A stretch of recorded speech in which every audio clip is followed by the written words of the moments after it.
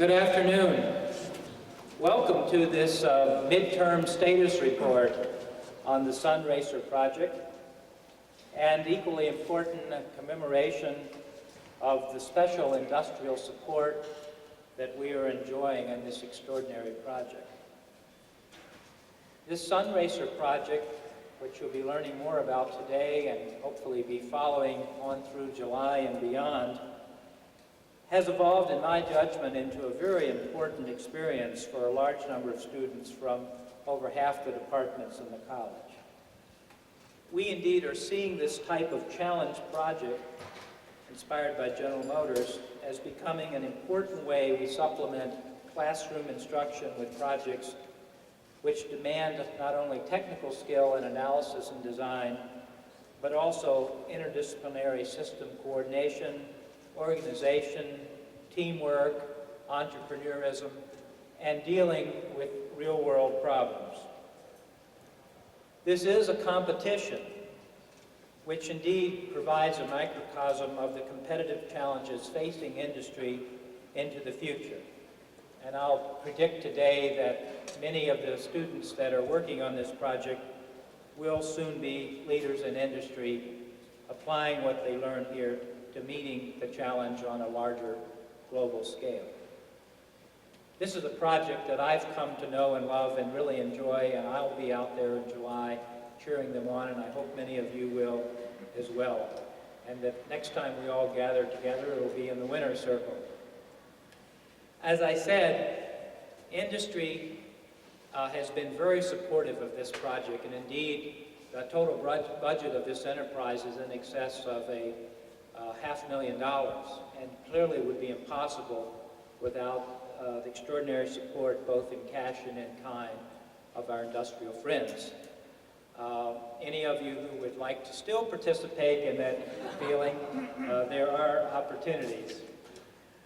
Today, we are honored to have with us an executive from Amoco, one of the major sponsors of this enterprise, and he will have the opportunity to make a few comments and then a special presentation to another guest of honor here today, our former Dean, Provost, and current President, Jim Duderstadt. And so now I'd like you to join with me in welcoming the Vice President of Amoco for International Development and President of the Amoco Chemical Company of Latin America, a graduate of ours, Mr. George A. Nersessian.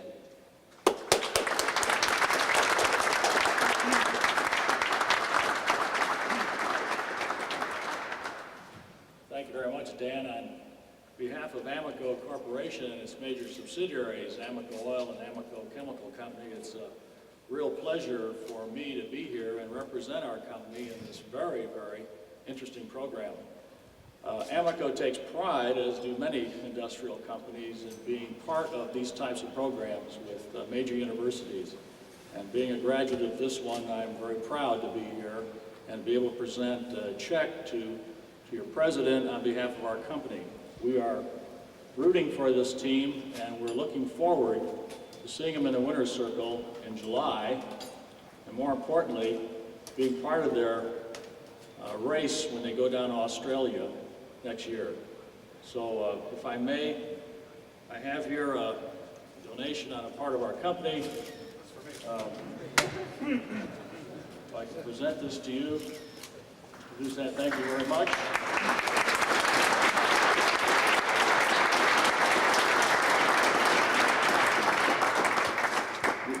We certainly hope that this helps make this a successful program. Thank you very much. Thank you very much.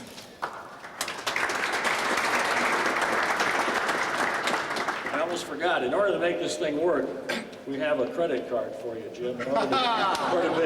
So here's an Amoco Oil credit card that you could use as the team wends its way up north. Thank you.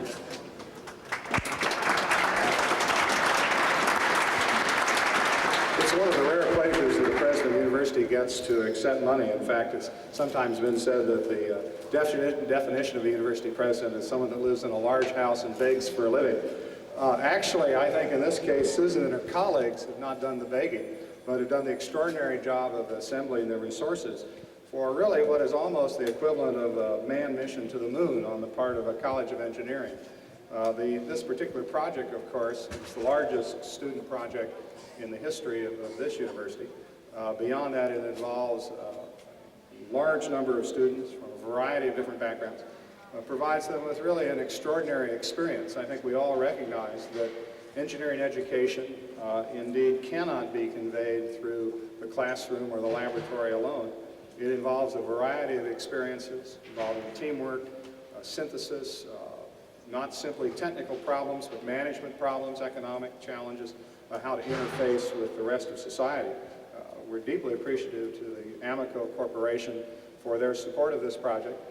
It really, along with the other gifts that have made this project possible, are giving these students an opportunity to develop the skills that will serve them well and indeed serve the nation and the world well as they go on into their careers. Susan said before we came down here that she wanted to provide through this project something for the university to be recognized for other than its football team.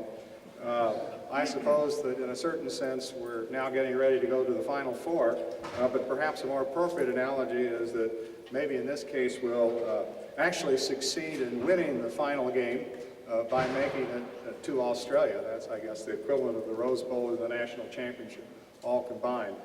On my part, I very much appreciate being a part of this experience. Susan Electronic mailed me a message inviting me to come along with the car, provided I brought my own sleeping bag. Actually, that sounds like one of the more interesting invitations I've had for the month of July this year. Once again, our thanks to the Amoco Corporation, but indeed our best wishes and pride go with the students, the leadership of this project. We've got to go out and win one for the Big Blue. As much as I appreciate the industrial support and offer my warm thanks to Amoco today, I'd also even more strongly like to thank the students who are here today who have given their heart and soul to this project and will continue to do that.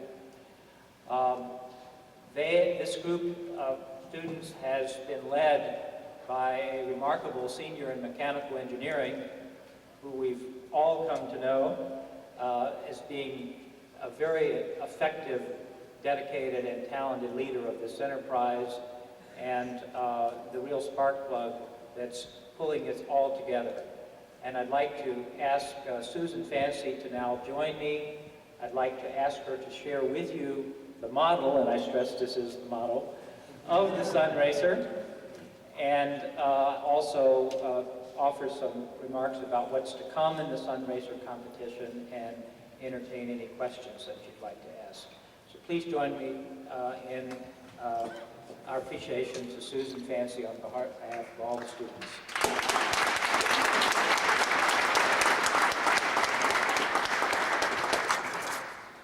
Thank you, everyone, for coming out today and sharing the unveiling and the Amoco check presentation with the team. We really appreciate your support. I would like the core team to come up, and we will unveil our entry into GM Sunracer USA. The model you're about to see is an exact quarter-scale fiberglass replica of our vehicle. Michael and Frank, could you please remove the drape?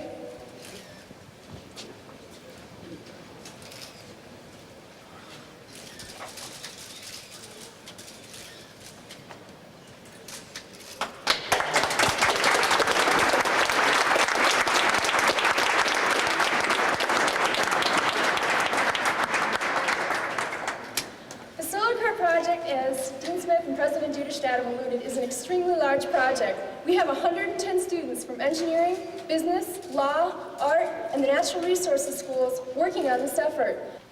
The 110-person team designed this car in 3.5 months last semester. This impressive feat required that we split the team into 8 groups, each with a leader. We have Mike Lynch from the administrative team, Jeff Shalingo from Driveline, Mike Goodman from Power Electronics, Matt Brown, Body Structure, Frank Stagg, Exterior, Jeff Havlott, Solar Cells, Paula Finnegan, Interior, David Bell, Race Strategy, Bill Caliardos, technical consultant. In addition to these 8 people, we also have Justin Barris, systems coordinator. Justin is responsible for documenting the entire design process and for ensuring that communication occurs among the design groups. Last but not least, we have our faculty advisor, Dean Smith, who does a little bit of everything, and without whom this project would not be a success.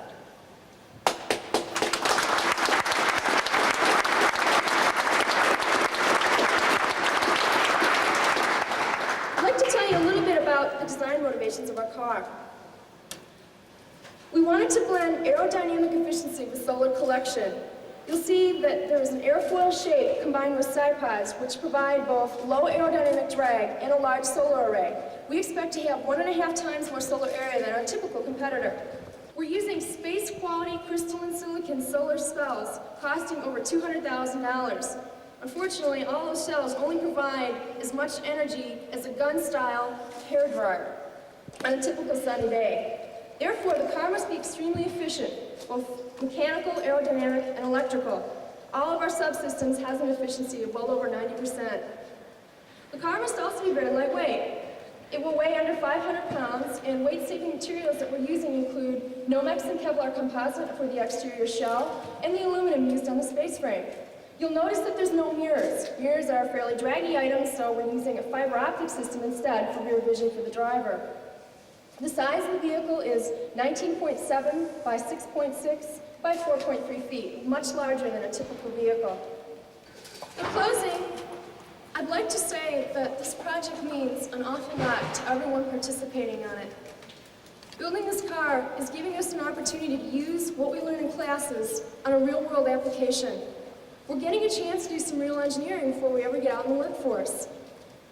We also have an opportunity to work as an interdisciplinary team. This project is like a small corporation.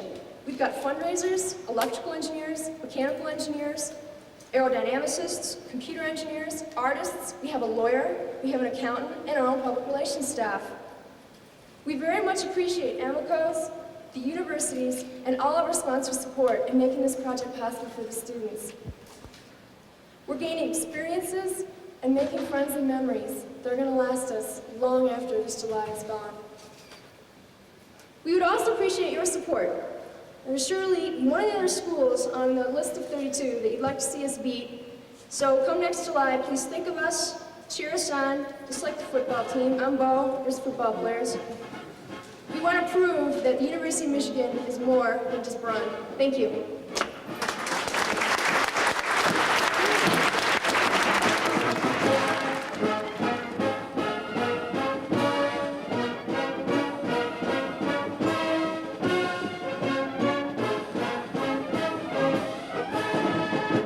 We want to prove that the University of Michigan is more than just Brun.